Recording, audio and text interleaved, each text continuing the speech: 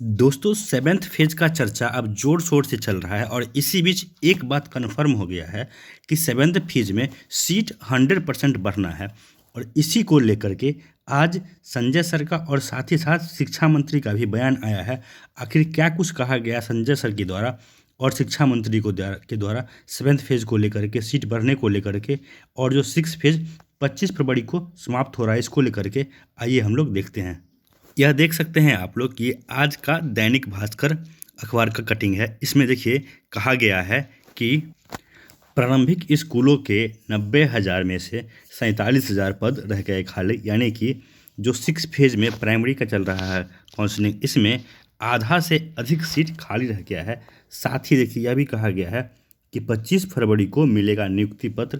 यह जो डाउट हो गया था कि क्या 25 को मिलेगा या फिर फोर्थ राउंड होने के बाद मिलेगा नियुक्ति पत्र, इसको लेकर के भी क्लियर कर दिया गया है कि अब 25 फरवरी को ही नियुक्ति पत्र मिल जाएगा। इसके अलावा देखिए इसमें यह भी कहा गया है जिन नियोजन इकाइयों की नहीं हो सकी है काउंसलिंग, वहाँ फरवरी में ही होगी काउंसलिंग।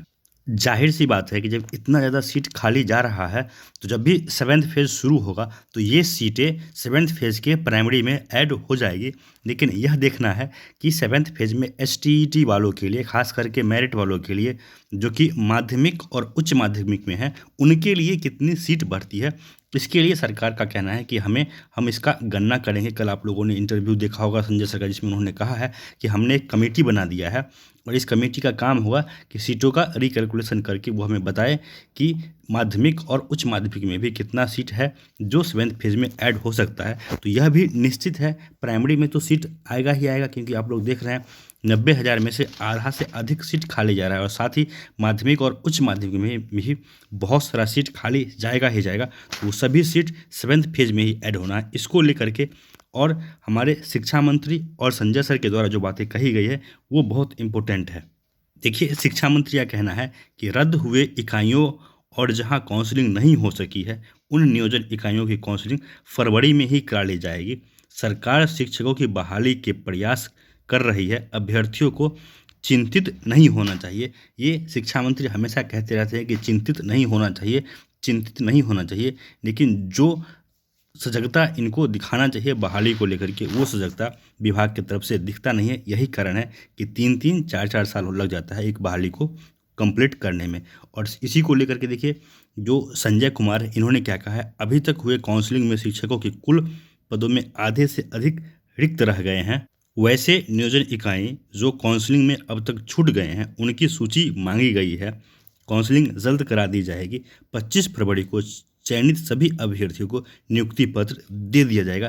तो एक चीज़ तो चलिए राहत वाली खबर है, जितने भी लोग सिक्स फेज में चयनित हैं, अगर फोर्थ राउंड होता भी है तो भी इन लोगों को 25 फरवरी को ही नियुक्ति पत्र देने के लिए अभी तक विभाग बातें कर रहा है। अब देखना यह है कि सिक्स फेज खत्म होने के बाद जो सेवेंथ फेज में बातें चल रही है कि सेवेंथ फेज मार्च के फर्स्ट वीक में, जैसा कि कल निकल के आया भी मीडिया की तरफ से भी और संजय सर की तरफ से भी, तो देखते हैं कि क्या मार्च में सेवेंथ फेज स्टार्ट हो पाता है या फिर अप्रैल का इंतजार करना पड़ता है। जैसा कि मैं स्टार्टिंग से कह रहा हूँ कि मार्च हो ना हो, लेकिन अप्रैल में कम से कम नोटिफिकेशन तो आ ही जाना चाहिए। बाकी आगे की प्रक्रिया जो भी हो। साथ ही साथ बहुत सारे अभ्यर्थी यह भी पूछते हैं कि सर आप कहते हैं कि सेवेंथ फेज का नोटिफिकेशन आ जाएगा, लेकिन सर्टिफिकेट का तो अभी तक कहीं से कोई चर्चा ही नहीं है। तो देखिए इस साल बहुत कम चांसेस है कि आप लोग को फिजिकल सर्टिफिकेट मिलेगा। जो आपका सर्टिफिकेट ऑलरेडी आप लोग को मिला है एज अ मार्कशीट, वो भी एक प्रूफ के तौर पे रहेगा। और साथ ही साथ यह बात ये भी चल के आ रही है कि जो आपका सर्टिफिकेट मिलना है वो आपको सॉफ्ट कॉपी ही मिलना है। वो आपके या तो डिजी लॉकर में मिल जाए या फिर जो बीएससीबी का साइट है वहाँ पे अपलोड कर दिया जाएगा। आप लोग को बोलेगा कि आप डाउनलोड वहाँ से कर लीजिए। तो सर्टिफिकेट का इतना बड़ा इशू है नहीं। जो लोग पास हैं सर्टिफिकेट तो उनका एक तरह से कहिए कानूनी अधिकार है, इससे कोई किसी को वंचित नहीं रख सकता है। दोस्तों इस वीडियो में इतना ही, धन्यवाद।